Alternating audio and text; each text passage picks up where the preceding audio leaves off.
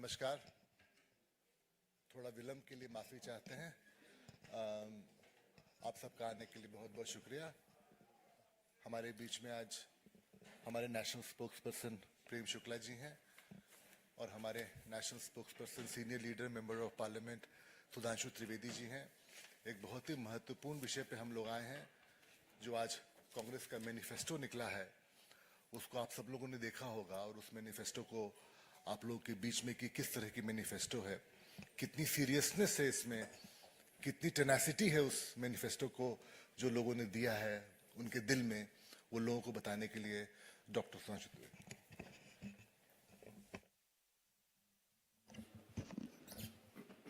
मित्रों, आज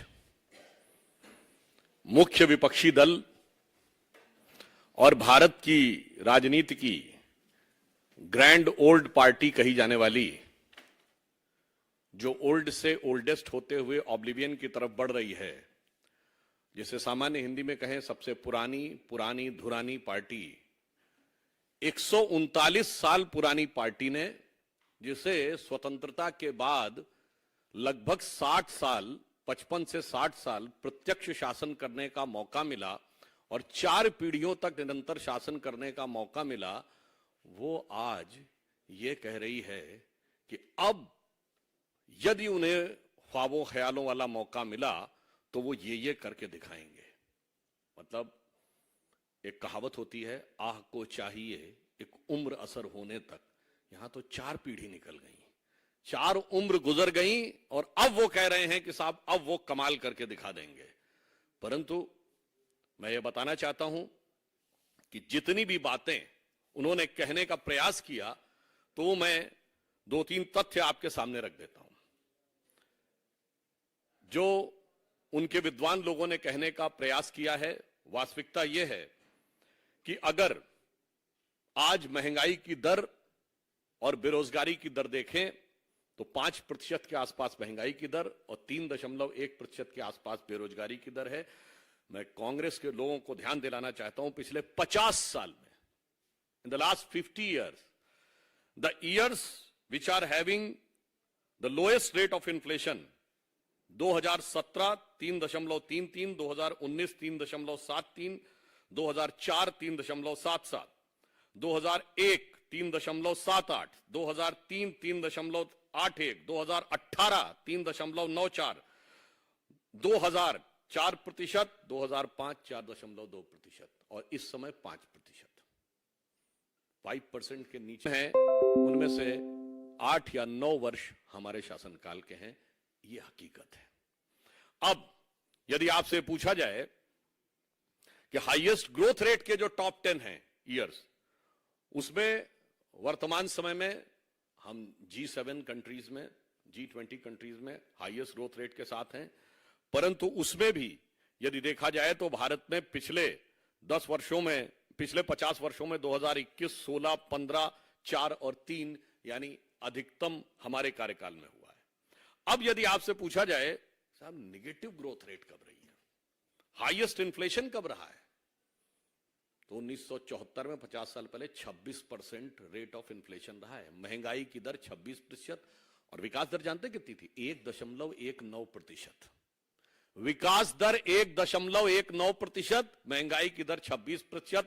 और पिछले जमाने में जितनी बार 10 से ऊपर महंगाई की दर रही है वो केवल हमारा 2020 का दौर छोड़ के, सबको पता है, कोविड का दौर था।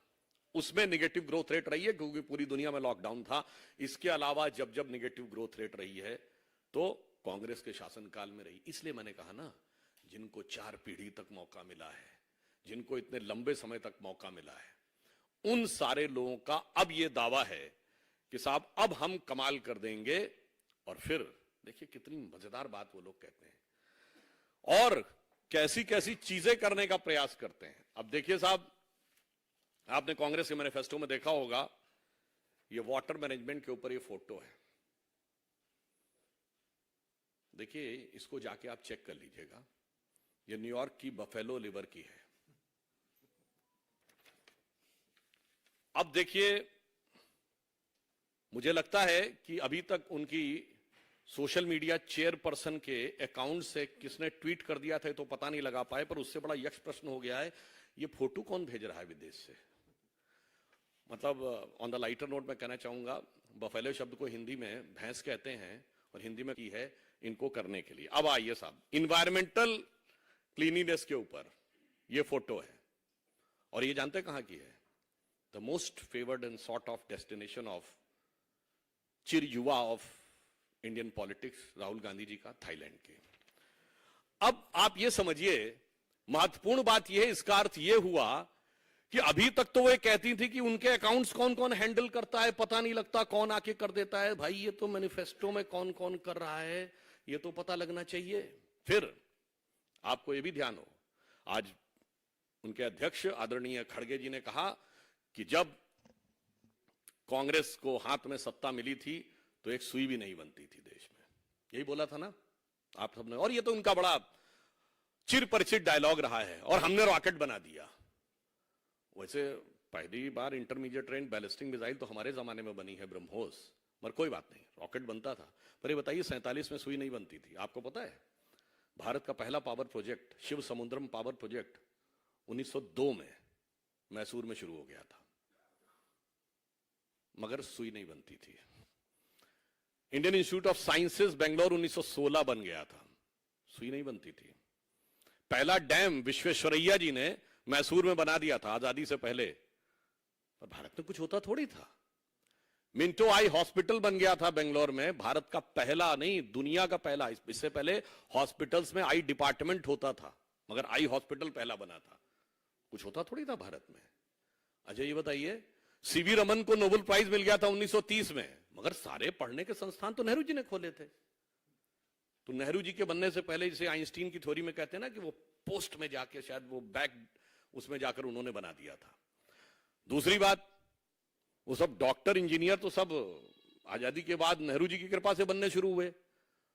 और डॉक्टर द्वारकानाथ कोटनीस का आपने नाम सुना होगा, वो चाइना और जापान की वॉर में मदद करने के लिए 1930-32 में डॉक्टरों का प्रतिनिधि मंडल लेके गए थे। और हमारे विचार परिवार के संघ के संस्थापक डॉक्टर केशव राव बलीराम हेडगेवार डॉक्टरी पढ़ लिए थे 1920 में ही। मैं सिर्फ ये यथार्थ बनाना चाहता हूं, भारत की वायुसेना 1932 में बन गई। मैंने सिर्फ ये बताने का प्रयास किया है, बहुत सारी चीजें उनको लीगेसी में मिली, यथार्थ क्या था ये बताना चाहता हूं। ये बताइए एयरलाइंस कब बनी थी? टाटा की एयरलाइंस। परंतु यही हम आपसे साफ बताना चाहते हैं कि जो हकीकत है और जो झूठ है उसका अंतर बहुत साफ है। तो कांग्रेस ने तब तक लोगों को भ्रमित करने में सफलता हासिल की जब तक मीडिया स्वतंत्र नहीं था, साक्षरता की दर कम थी, संचार के साधन बहुत प्रबल नहीं थे। मैं पुनः ये बात कहना चाहता हूं, जब भारत की साक्षरता दर 50% क्रॉस की है तब पहली बार हमारी सरकार बनी है 1998 में। जब 60% पार की है तो मोदी जी के नेतृत्व में हमारी स्पष्ट बहुमत की सरकार बनी है। अब 75% पार कर रही है तो हम भी 400 पार जाने की तरफ आगे बढ़ रहे हैं, क्योंकि अब झूठ का मुलम्मा चढ़ाना पॉसिबल नहीं होता है। अब मैं इस पे दूसरा बिंदु बताना चाहता हूं, आपको ध्यान हो, खड़गे जी ने कहा कि हम 1 लाख रुपए देंगे सब महिलाओं को। ऐसी जानकारी लगी है हमें कि शायद उस पर वांछित प्रतिक्रिया नहीं मिली, तो ये बोलना पड़ा, ताली नहीं बजाएंगे क्योंकि इससे पहले भी 2019 के चुनाव में राहुल गांधी जी ने कहा था ना 72,000 रुपए देंगे सबको। ये अपने शासित कितने राज्यों में दे दिए थे? 3 में तो अभी सरकार है, और छत्तीसगढ़ और राजस्थान में अभी सरकार गई है 4 महीने पहले, तो कितने दे दिए थे? ये अंतर है जिसे कहते हैं पर उपदेश कुशल बहुतेरे। इसलिए इस मैनिफेस्टो को देखकर सिर्फ एक ही बात कही जा सकती है, जो मैंने उदाहरण दिया कि लोग शायद प्रतिक्रिया करने को तैयार नहीं थे, उनसे आह्वान करना पड़ा कि भाई ताली तो बजाइए। जिसे एक पंक्ति में कहा जाता है कि वो पैरवी तो झूठ की करता चला गया, वो पैरवी तो झूठ की करता चला गया, बस उसका चेहरा उतरता चला गया। तो आज ये तथाकथित न्याय, देखिए कितनी मजेदार बात है, इन्होंने अपने घोषणा पत्र का नाम रखा है न्याय पत्र। मतलब 55 साल तो अन्याय किए हैं मान लिए हैं, मतलब कोई नई नवेली पार्टी होती, अजब अलबेली पार्टी, जो इस समय भारत की राजनीति की सबसे नई पार्टी है, जिसके आगे वो पुरानी धुरानी और नई नवेली दोनों मिलकर एक हो गए हैं, वो एक बार कहती तो समझ में आता था।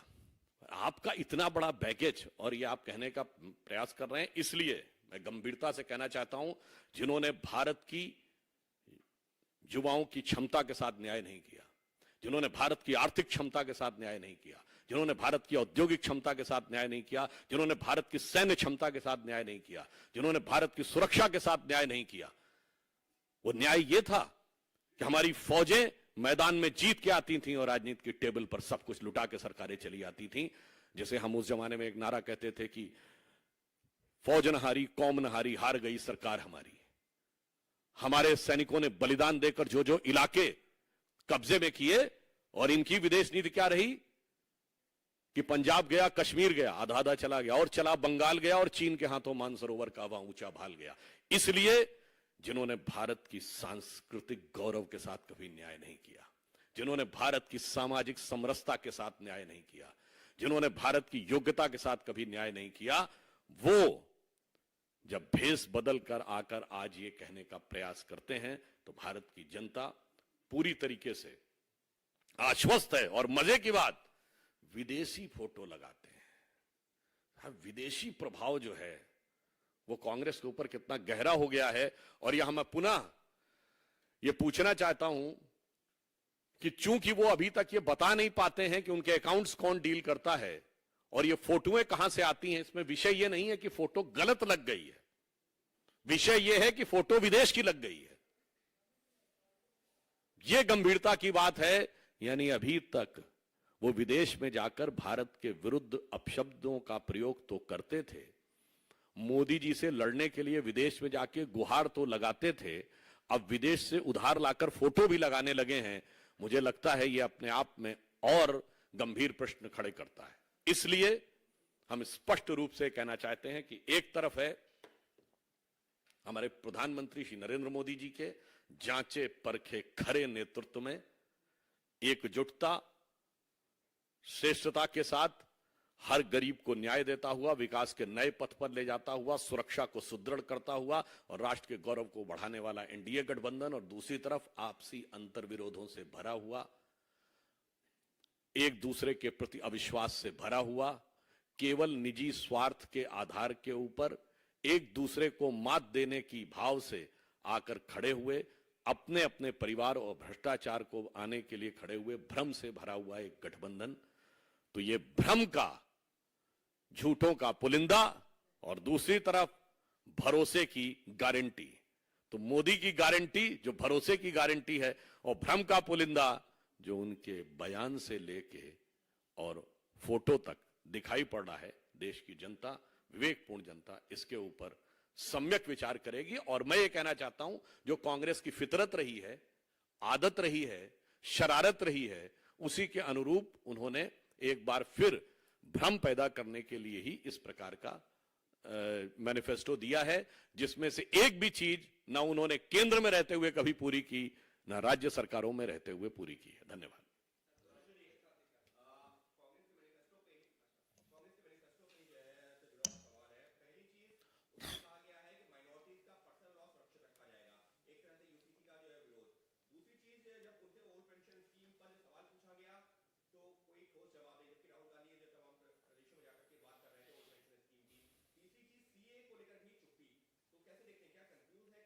नहीं नहीं, मैं बिल्कुल, जो आपने पहले कहा कि पर्सनल लॉ सुरक्षित रखा जाएगा, तो सुरक्षित नहीं, सर के ऊपर रखा जाएगा। क्योंकि मैं पुनः ये बात पहले भी कह चुका हूं, दोबारा कहना चाहता हूं, दुनिया में एक सेकुलर देश बताइए जिसमें सुप्रीम कोर्ट और शरिया में मतभेद हो जाए तो देश की संसद सुप्रीम कोर्ट के जजमेंट को रौंद कर पार्लियामेंट में शरिया को सर्वोच्च न्यायालय से ऊपर कर दे। शाहबानो केस 1985, स्वर्गीय राजीव गांधी प्रधानमंत्री थे और 400 की प्रचंड मेजॉरिटी थी, यानी राहुल गांधी जी के स्वर्गीय पिताजी के समय में। तो वो ये करके दिखाएंगे, वो समानता की बात नहीं करते, वो सीधे सर पे रखने की बात करते हैं। दूसरा बिंदु आपका क्या था? यही तो मैं कहना चाहता हूं कि उनकी स्थिति कुछ ऐसी हो गई, कहा भी ना जाए, चुप रहा भी ना जाए। तो मुझे लगता है मगर देश की जनता को भली भांति समझ में आए।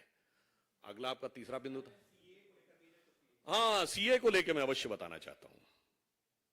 देखिए, मैं आप सभी प्रबुद्ध लोगों को और जो करोड़ों दर्शक देख रहे हैं उनको बताना चाहता हूं, सीए को लेकर 2003 में गृह मंत्रालय की एक कमेटी गठित हुई जिसमें था कि सिटीजनशिप अमेंडमेंट एक्ट में संशोधन करना है। उस कमेटी के अध्यक्ष थे स्वर्गीय प्रणब मुखर्जी। उसमें जो सदस्य थे उसमें जनेश्वर मिश्रा जी, ध्यान दें, लालू प्रसाद यादव जी और सपा। उसमें सदस्य थे स्वयं लालू प्रसाद यादव जी, राजद वाले ध्यान दें।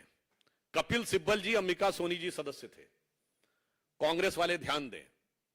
और उसमें कमेटी ने संस्तुति जानते क्या की थी कि पाकिस्तान और बांग्लादेश के माइनॉरिटीज को ही सिटीजनशिप देनी है। और सुनिए, 2003 एमएचए की committee headed by Pranab Mukherjee, जिनके सदस्यों के नाम मैंने बताए, उसके बिंदु क्रमांक 9 पे उन्होंने लिखा था कि इन देशों के मेजॉरिटी कम्युनिटी को इस एक्ट के तहत नहीं देनी है। बताइए साहब, इसीलिए कहा जाता है, अब बाकी सब तो बहुत सारी चीजें मैं दोबारा नहीं गिनाना चाहता, वो बोला क्या था, सरकारों ने प्रस्ताव क्या पारित किया था, संसदीय कमेटी में लिख के कुछ और आते हैं और बाहर कुछ और दिखाने लगते हैं। मतलब अंदर से कुछ और बाहर से कुछ और नजर आते हैं। बाकी आप लोग आगे खुद समझ पाते हैं। शैलेश जी दूरदर्शन, शैलेश जी दूरदर्शन।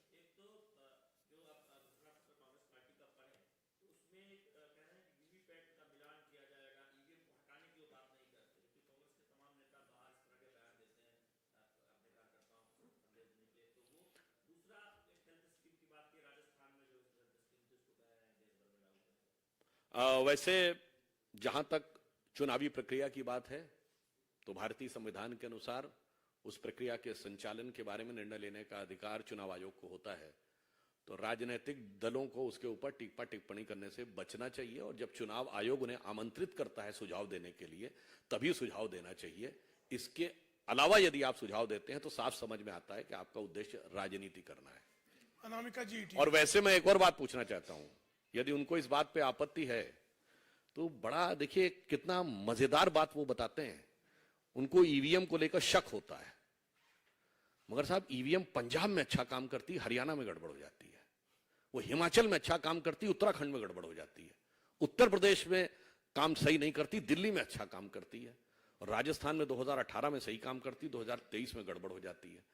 और छत्तीसगढ़ में भी 2018 में सही काम करके 2023 में गड़बड़ हो जाती है। फिर वो बंगाल में, तेलंगाना में और आंध्र में तो बहुत सही काम करती है। अब क्या बताएं, गुजरात महाराष्ट्र में गड़बड़ हो जाती है। तो मुझे लगता है देश की जनता को यदि वो ये बताना चाहते हैं तो शायद इसीलिए उनको वो संज्ञा दी गई थी, जिस कारण जो अब औपचारिक रूप से बोलना उचित नहीं है। इशारों को अगर समझो, राज को राज रहने दो।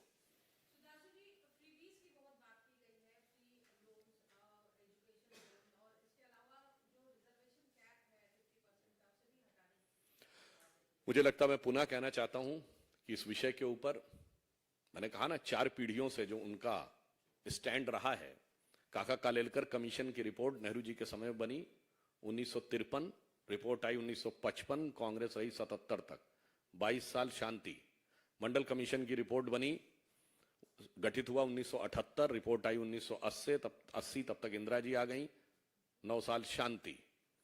तो जिन लोगों ने स्वयं कथनी ये करनी ये की है, उनकी कथनी भरोसा नहीं कर सकता। और मैं पुनः एक बात भी बता देता हूं, ये जो बाकी दल हैं जनता परिवार के, ये जो कहना चाहते हैं, इनके भी बहुत साफ बता देना चाहता हूं, इन लोगों का कभी भी समाज के वर्गों को वास्तविक सामाजिक न्याय दिलाने से कोई लेना देना नहीं था। ये सब कुछ इनकी सेल्फ राजनीति से गवर्न था। मैं दर्शकों को याद दिलाना चाहता हूं, आज की पीढ़ी जाके चेक कर ले, मंडल कमीशन की रिपोर्ट लागू हुई 7 अगस्त 1990। नवंबर 1989 में वीपी सिंह प्राइम मिनिस्टर बन गए थे, 11 महीने नहीं हुई। और आप बड़ा लॉजिकली सोचिए, 8 दिन बाद 15 अगस्त था और वो उनका पहला 15 अगस्त था। 15 अगस्त को घोषणा क्यों नहीं की? इस पे किताबें उपलब्ध हैं। शरद यादव जी ने एक किताब में स्वयं लिखा हुआ है कि 9 अगस्त को देवीलाल की रैली थी और उन्हें लग रहा था कि उस रैली में इतनी भीड़ आने वाली है कि जनता दल टूट जाएगा। और जनता दल की अंदरूनी राजनीति को बचाने के लिए उन्होंने किया, क्योंकि उस समय तक स्वर्गीय देवीलाल जी की कम्युनिटी ओबीसी में नहीं आती थी, ताकि बाकी लोग जाने ना पाए। अर्थात सामाजिक न्याय से इनका कोई लेना देना नहीं था, इनका उद्देश्य अपनी सत्ता को बचाने के लिए था। इसीलिए उनको वास्तविकता में न सत्ता मिली और न वो न्याय वास्तविकता में मोदी जी के नेतृत्व में हमने दिया है, व्यवस्थित ढंग से दिया है, सबका साथ सबका विकास के साथ। रविकांत जी, टाइम्स नाउ। समाजवादी पार्टी के एक नेता हैं शिवपाल यादव, उन्होंने कहा है कि इस चुनाव में हम वोट सबसे मांगेंगे, जो वोट दे देगा वो ठीक है, नहीं तो बाकी बाद में हम हिसाब किताब के दौरान। नहीं, वैसे जहां तक हिसाब किताब की बात है, किताब तो शायद उनके हाथ से बहुत अर्ली एज में छूट गई थी, और हिसाब करने के लिए जनता बहुत सक्षम है। Arun ji, seinen.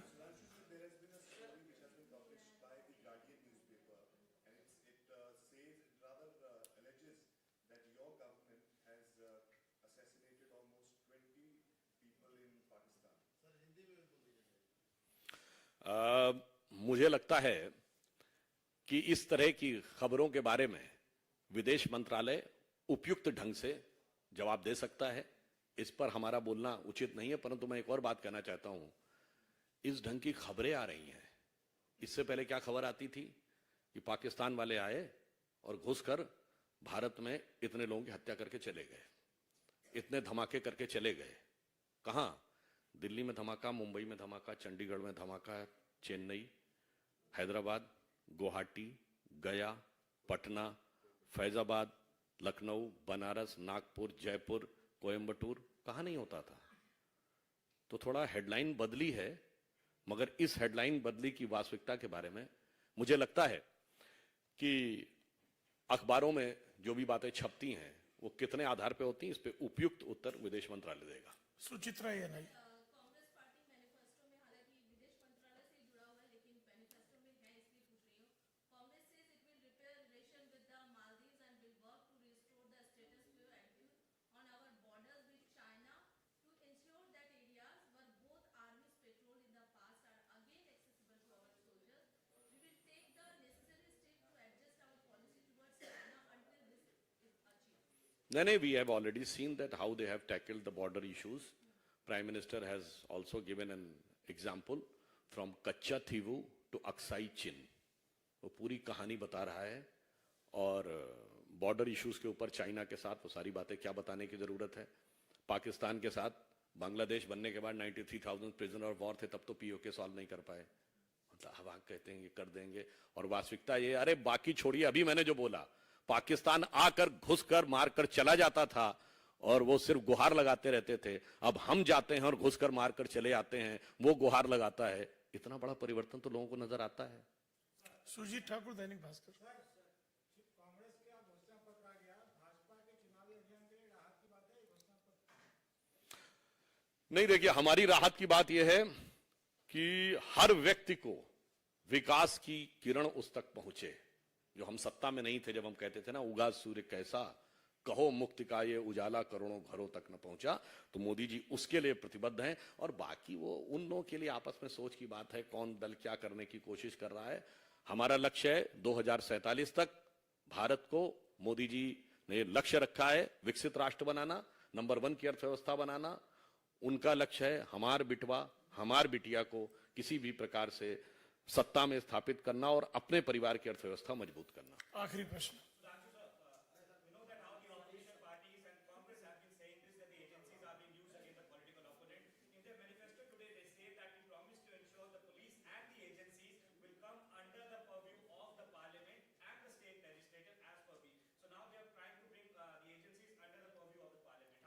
I would like to remind that who has brought CBI under Prime Minister office? Indira Gandhi.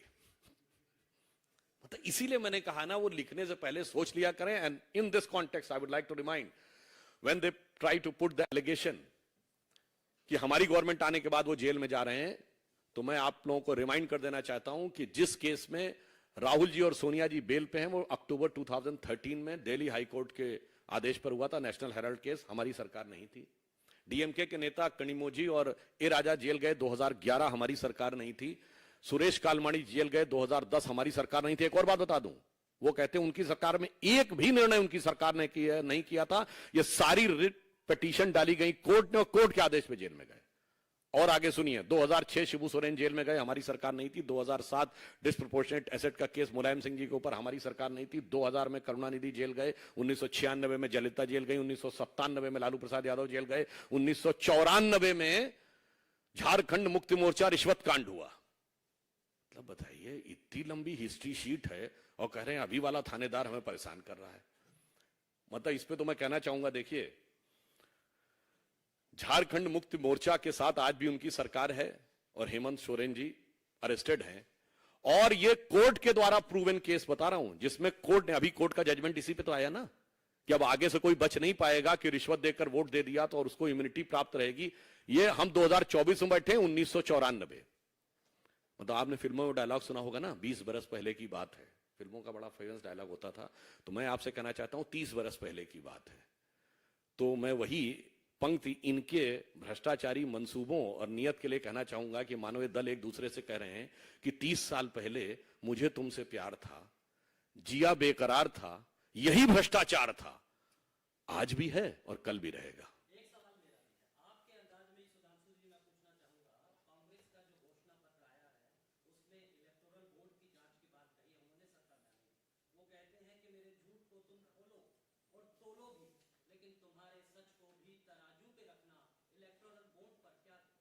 प्रधानमंत्री जी ने कहा है 2014 से पहले का अपना भी डिटेल दे दें, अपने इलेक्टोरल बॉन्ड का दे दें। बड़ी मजेदार बात है, देखिए वो जो मैंने बात बोली ना, वो पैरवी तो झूठ की करता चला गया, बस उसका चेहरा उतरता चला गया, इलेक्टोरल बॉन्ड तो वो लेता चला गया, 1461 करोड़ के लेता चला गया और उसके बाद भी आके चीखता चला गया। इसलिए देश की जनता इस मामले में प्रबुद्ध है और इसीलिए कहा गया है, पर उपदेश कुशल बहु तेरे, जे आचरहि से नर न घनेरे।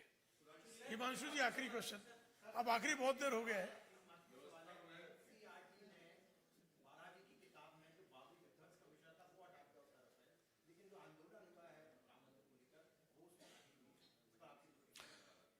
देखिए, इस विषय पे जो आधिकारिक हमारे शिक्षा मंत्रालय के लोग होंगे वो बता सकते हैं, परंतु इतना जरूर मैं कहना चाहूंगा कि श्री राम जन्मभूमि आंदोलन भारत के स्वतंत्र भारत के इतिहास का पहला आंदोलन था जो उत्तर और दक्षिण दोनों जगह हुआ। जेपी आंदोलन भी नॉर्थ में ज्यादा था और उस आंदोलन ने पूरे देश की सोच और व्यवस्था में एक बदलाव लाया और जानते हैं देश की अर्थव्यवस्था में भी बदलाव लाया। जब तथाकथित बाबरी ढांचा था तो फॉरेन एक्सचेंज रिजर्व कितना था? 1 बिलियन के नीचे था। रुपये का डिवैल्यूएशन 2 बार हुआ था, अगस्त जुलाई 91 और सितंबर 91, ठीक। और उसके बाद जब कोर्ट का जजमेंट आया कि खुदाई होगी और नीचे मंदिर का ढांचा निकल आया, वो कौन सा ईयर था? 2003। तो फॉरेन एक्सचेंज रिजर्व 100 बिलियन पहुंचा। जब जजमेंट आया तो फॉरेन एक्सचेंज रिजर्व 2019 में 500 बिलियन पहुंचा और जब मंदिर का शिलान्यास हुआ तो 600 बिलियन पहुंचा। इसलिए देखने के नजरिए बहुत हैं, जरा चश्मा उतारो फिर देखो यारो, दुनिया नई है चेहरा पुराना।